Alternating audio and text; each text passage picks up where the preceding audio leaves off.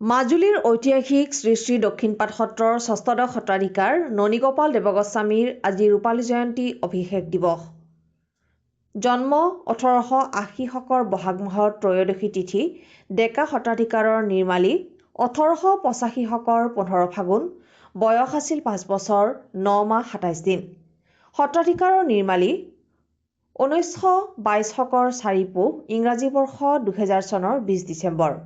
কৰ্মৰাজি ডেকা সত্ৰাধিকাৰ অৱস্থাতেই 1918 শকৰ 7, 8 আৰু 9 ফাগুনত দক্ষিণপাট ছটাই শাখা সত্ৰত শ্ৰী শ্ৰী দক্ষিণপাট সত্ৰ শিষ্য সন্মিলন অনুষ্ঠিত কৰে। 1922 শকত দক্ষিণপাট সত্ৰৰ 350 বছৰীয়া এটি বৃহত্তৰ অনুষ্ঠান 7, 8, 9 ফাগুনত অনুষ্ঠিত কৰে দক্ষিণপাট সত্ৰত। প্ৰকৃতিপ্ৰেমী এইজনা সত্ৰাধিকাৰে 50 বিঘা ভূমি পক্ষী উদ্যানৰ নামত অসমৰ ৰাজ্যপালৰ সন্মুখতে দান কৰে। তদুপৰি 100 বিঘা মাটি পশু পক্ষীৰ বাবে মাজুলীবাসীক দান কৰে। আধ্যাত্মিক যুৱ সন্মিলন সংক্ষেপে আয়ুস, য'ত 45 বছৰৰ তলৰ যুৱক যুৱতী মহিলা পুৰুষসকলৰ মনত আধ্যাত্মিক চেতনা জাগ্ৰত কৰাৰ প্ৰচেষ্টাৰে তেওঁ 2010 চনৰ 30 এপ্ৰিল তাৰিখে জন্ম দিলে এটি সংগঠন, যাৰ নাম সংক্ষেপতে আয়ুস। এই আয়ুসৰ দীঘলীয়া যাত্ৰাত বৰ্তমানলৈকে 132খন শাখা সমিতি গঠন হয়। 4-5 দিনীয়া আৱাসিক কৰ্মশালাৰ জৰিয়তে আয়ুসে প্ৰদান কৰি আহিছে আধ্যাত্মিক, নৈতিক, শৈক্ষিক, শাৰীৰিক আৰু মঞ্চ প্ৰদানৰ এক অনন্য মাত্ৰা। 2023 বৰ্ষটি মহিলা সবলীকৰণ বৰ্ষ হিচাপে স্বীকৃতি প্ৰদান কৰি মহিলাসকলক সজাগতাৰ বাট দেখুৱাই অনুষ্ঠিত কৰিলে এক ব্যতিক্ৰমী অনুষ্ঠান। 3000 জনজাতীয় মহিলাক লৈ 4 দিনীয়া কৰ্মশালা অনুষ্ঠিত কৰি দেখুৱাই দিলে একতাৰ যাত্ৰা। উচ্চ নিজ ভেদভাৱ নৰখা তেওঁ লাভ কৰিবলৈ সক্ষম হৈছে আন্তঃৰাষ্ট্ৰীয় সন্তশ্ৰী সন্মান আৰু প্ৰদান কৰিছে। তেখেতসকলক আমি প্ৰভৃতক অভিনন্দন পত্ৰ দিবলৈ অনুৰোধ জনাম। তাৰ আগে আগে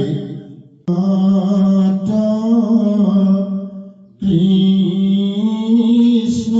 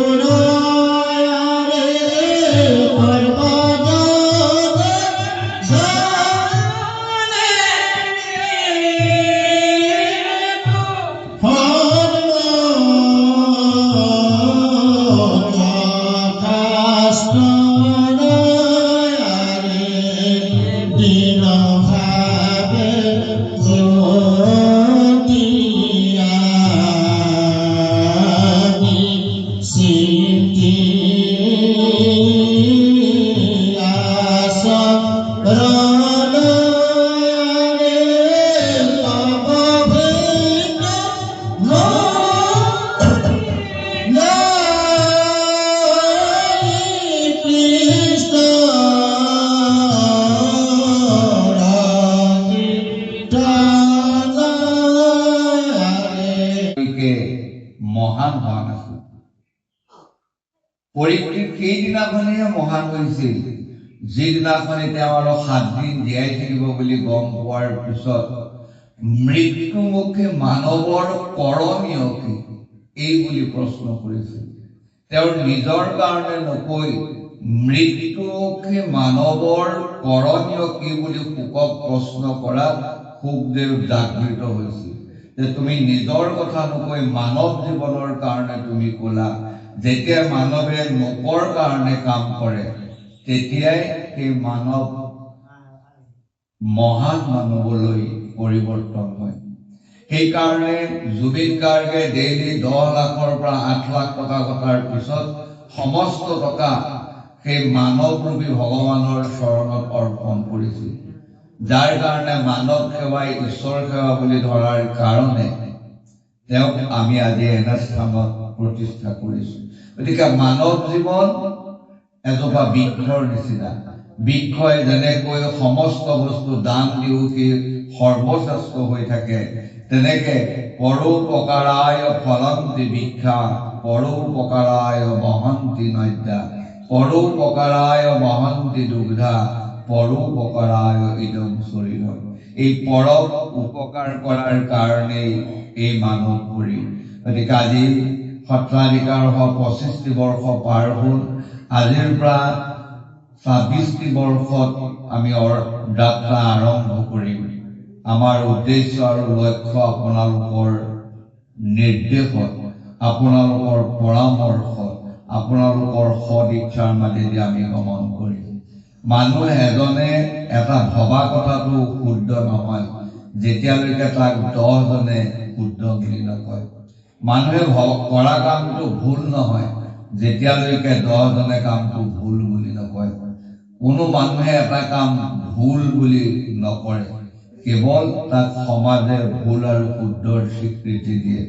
আজি আমাৰ আঞ্চলিক ৰাইজে এই অনুষ্ঠান পাতি আমাৰ কমৰাজৰ প্ৰতি যি শ্ৰদ্ধা জনোৱালে, সেই শ্ৰদ্ধাৰ কাৰণে পুনৰ সকলোলৈকে আন্তৰিক শ্ৰদ্ধা নিবেদন কৰি আমি আমাৰ এই পবিত্ৰ দিৱসত আৱেগিক ভাৱৰাশিৰে দুআষাৰ কৈ চমু মন্তব্য সামৰণি মাৰিছোঁ।